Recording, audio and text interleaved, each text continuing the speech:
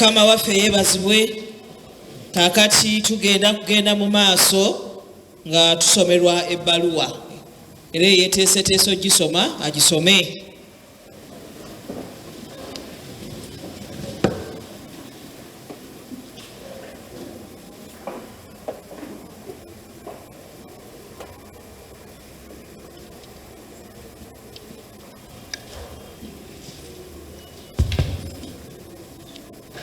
Kama yebazibwe.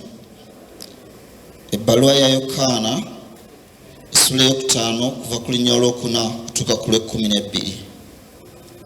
Ebbaluwa ya Yokaana esooka essula 5 kuva ku linnya olwokuna okutuuka ku lw'ekkumi-n'ebbiri. Buli ekyazaalibwa Katonda kiwangula ensi, era kuno kwe kwawangula ensi okukkiriza kwaffe.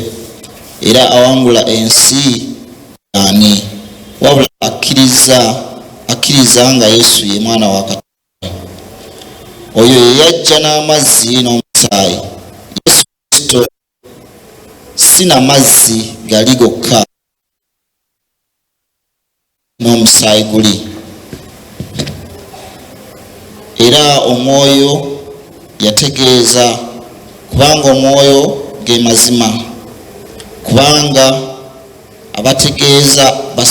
abategeeza basatu, omwoyo n'amazzi n'omusaayi, era abasatu abo bagendera wamu. Bwe tukkiriza okutegeeza kw'abantu, okutegeeza kwa Katonda kwe kusinga obukulu, kubanga okutegeeza kwa Katonda kwe kuno nti ategeeza eby'omwana we.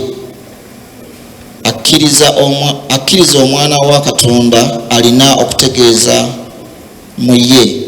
Atakkiriza Katonda ng'amufudde mulimba, kubanga takkiriza kutegeeza Katonda kwategeeza eby'omwana we.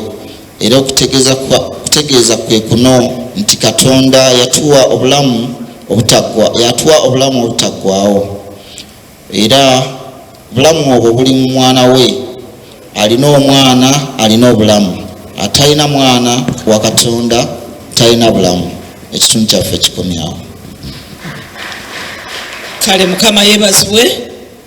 Oba atalina mwana wa Katonda alina bulamu, katuyimuke.